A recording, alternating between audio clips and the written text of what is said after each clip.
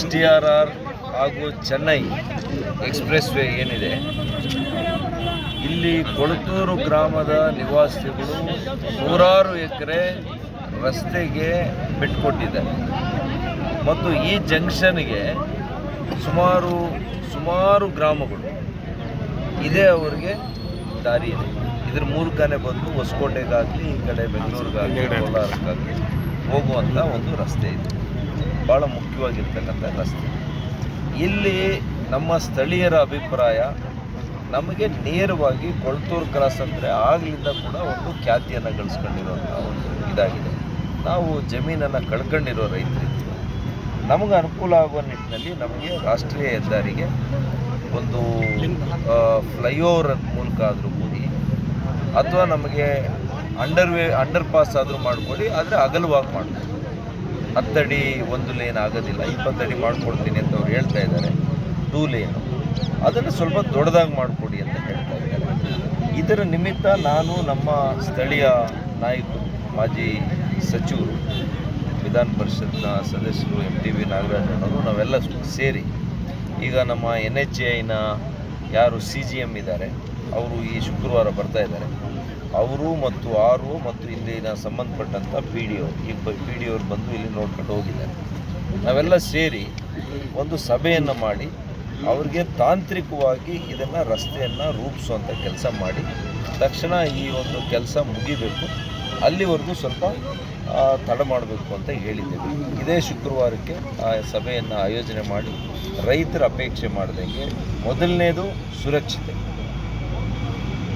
ಯಾಕೆಂದರೆ ರಾಷ್ಟ್ರೀಯ ಹೆದ್ದಾರಿಗಳಲ್ಲಿ ಇವತ್ತು ನಾವು ನೋಡ್ತಾ ಇದ್ದೀರಿ, ಎಲ್ಲ ಕಾಯಿಲೆಗಳಿಗಿನ್ನ ಮೊದಲನೇ ಕಿಲ್ಲರ್ ಯಾವುದಿದೆ ಅಂತಂದರೆ ರಸ್ತೆ ಅಪಘಾತಗಳು ಅಲ್ವಾ.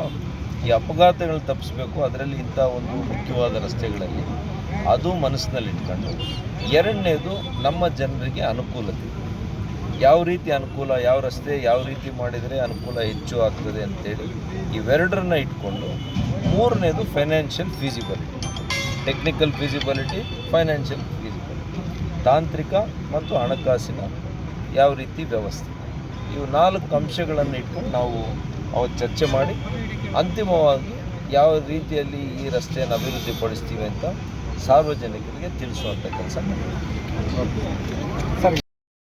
ಸರ್ ಕೂಡ ಹೋಗಿ ಇದ್ರ ವಿಚಾರವಾಗಿ ಮಾತಾಡ್ಕೊಂಡು ಬಂದಿದ್ದಾರೆ. ನೋಡಿ, ಈಗ ಕೇಂದ್ರ ಸರ್ಕಾರ ಮಾಡ್ತಾ ಇರುವಂಥ ಪುಣ್ಯದ ಕೆಲಸ.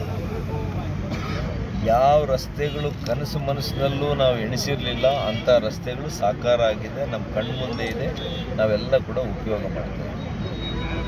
ನಾನು MP ಆದಮೇಲೆ ಇವತ್ತು ಬೆಂಗಳೂರು ಹೈದರಾಬಾದಿಗೆ 10 ಲೇನಿನ green corridor, Bengaluru Hyderabad industrial corridor ಆಗ್ತಾಯಿದೆ. 10,000 ಕೋಟಿಗೂ ಹೆಚ್ಚು ರಸ್ತೆ ಆಗ್ತಾಯಿದೆ. ಹಾಗಾಗಿ ನಮ್ಮ ಕೇಂದ್ರ ಸರ್ಕಾರದಲ್ಲಿ ಯಾವುದೋ ಒಬ್ಬ ವ್ಯಕ್ತಿಗೋಸ್ಕರ ಮಾಡುವಂಥದ್ದು, ಚೇಂಜ್ ಮಾಡುವಂಥದ್ದು ಆಗೋದಕ್ಕೆ ಸಾಧ್ಯ ಇಲ್ಲ. ಆ ರೀತಿಯಲ್ಲಾದರೆ ನಾವು ಖಂಡಿತವಾಗಿಯೂ ನಾವು ಜನಪ್ರತಿನಿಧಿಗಳು ಇಲ್ಲೇ ಇದ್ದೀವಿ. ನಾವು ಅದಕ್ಕೆ ಇವತ್ತು ಎಲ್ಲ ಅಧಿಕಾರಿಗಳನ್ನ ಕರೆಸಿದ್ದೀವಿ. ಶುಕ್ರವಾರ ಇನ್ನೂ ಉನ್ನತ ಮಟ್ಟದ ಕೇಂದ್ರ ಸರ್ಕಾರದಲ್ಲಿ ಯಾರು ತೀರ್ಮಾನ ತಗೊಳ್ತಾರೆ ಅದೇ ಅಧಿಕಾರಿಯನ್ನೇ ಕರೆದು ನಾವು ಇಲ್ಲಿರ್ತಕ್ಕಂಥ ವಾಸ್ತವ ಸಂಗತಿಗಳನ್ನು ಅವ್ರಿಗೆ ತಿಳಿಸಿ ಯಾವ ರೀತಿ ಕೊಡಬೇಕು ಅಂತ ಕೆಲವು ಸಲಹೆಗಳನ್ನು ನಮ್ಮ ಮುಖಂಡರುಗಳು, ಬುದ್ಧಿವಂತರು ಇಲ್ಲಿದ್ದಾರೆ, ಅವರ ಒಂದು ಸಲಹೆಗಳನ್ನು ತೆಗೆದುಕೊಂಡು ಅವ್ರ ಮುಂದೆ ಇಡ್ತೀವಿ. ಆ ಪ್ರಸ್ತಾವನೆಗಳನ್ನು ಅಂತಿಮವಾಗಿ ಜನರಿಗೆ ಉಪಯೋಗ ಆಗುವಂಥ ರಸ್ತೆಯನ್ನೇ ಮಾಡ್ತೀವಿ.